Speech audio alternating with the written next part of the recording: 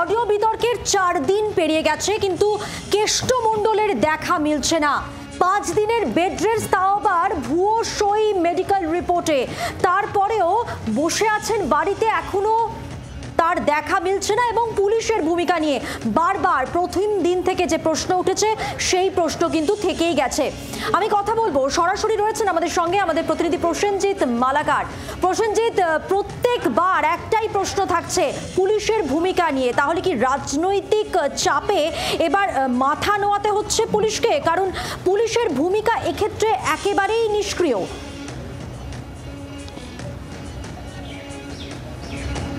দেখো, একেবারেই তাই। এবং সেই তথ্য সামনে আসার পর থেকে পুলিশ প্রশাসন যে প্রশ্নের মুখে, এটা বলার কোনো অপেক্ষা রাখে না। এবং এই কথা বলতে বিরোধী থেকে শুরু করে সাধারণ মানুষ কেউ আর অপেক্ষা করছেন না। কারণটা কি?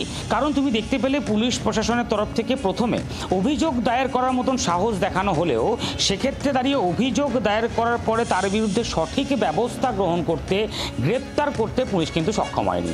এবং একদম বলা যেতে পারে যে অনুব্রত মণ্ডল তিনি চোখের সামনে কার্যালয়ে এলেন, কার্যালয় থেকে বাড়ি ফিরলেন।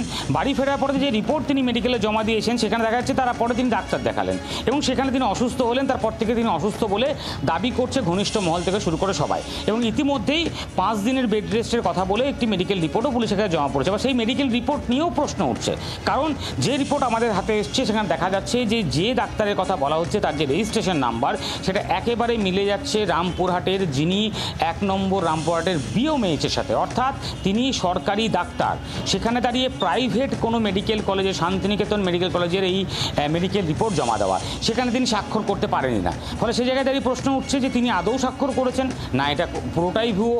সব নিয়ে একটা প্রশ্ন। পুলিশ এই বিষয়টাও দেখছে খতিয়ে বলে আমাদের সূত্রের খবর। কিন্তু এইসবের মাঝে বহাল তবিয়তে বাড়িতে রয়েছেন অনুব্রত মণ্ডল।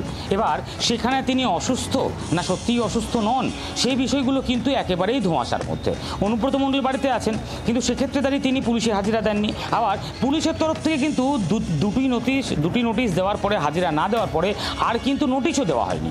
ফলে সে জায়গায় দাঁড়িয়ে অনুব্রত মণ্ডল তিনি একদম নিশ্চিন্তে। তিনি ইতিমধ্যে কোর্টে কিন্তু আগাম জামিনের আবেদন অবধি করেননি। ফলে সে জায়গায় দাঁড়িয়ে তুমি বুঝতেই পারছো কোথাও না কোথাও তিনি কোনো কিছুর জন্য অপেক্ষা করছেন। অর্থাৎ তিনি এক পুলিশের কাছে হাজিরা দেবেন, নয় আগাম জামিন নেবেন। এইটাই তো নিয়ম, কারণ সেক্ষেত্রে না হলে। অর্থাৎ অনুব্রত মণ্ডলের এই মুহূর্তে যে পদক্ষেপ, সেখানে একটা বিষয় স্পষ্ট হচ্ছে, তিনি কিন্তু এড়িয়ে যাচ্ছেন এই তলব।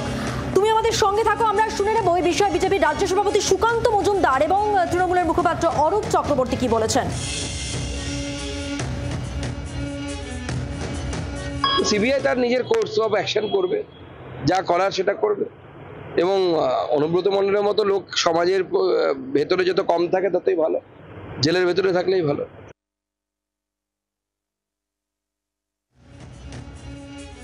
অনুব্রত মণ্ডলের বক্তব্য তৃণমূল কংগ্রেস এন্ডোর্স করে না, করেনি, আগামী দিনেও করবে না।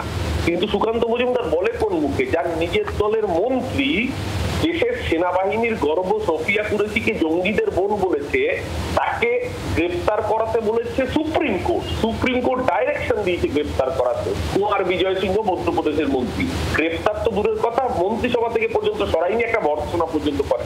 এদের মুখ থেকে জ্ঞানের কথা দেশের মানুষ শুনবে না। বাংলার আওয়াজ, বাঙালির আবেগ, জি 24 ঘন্টা।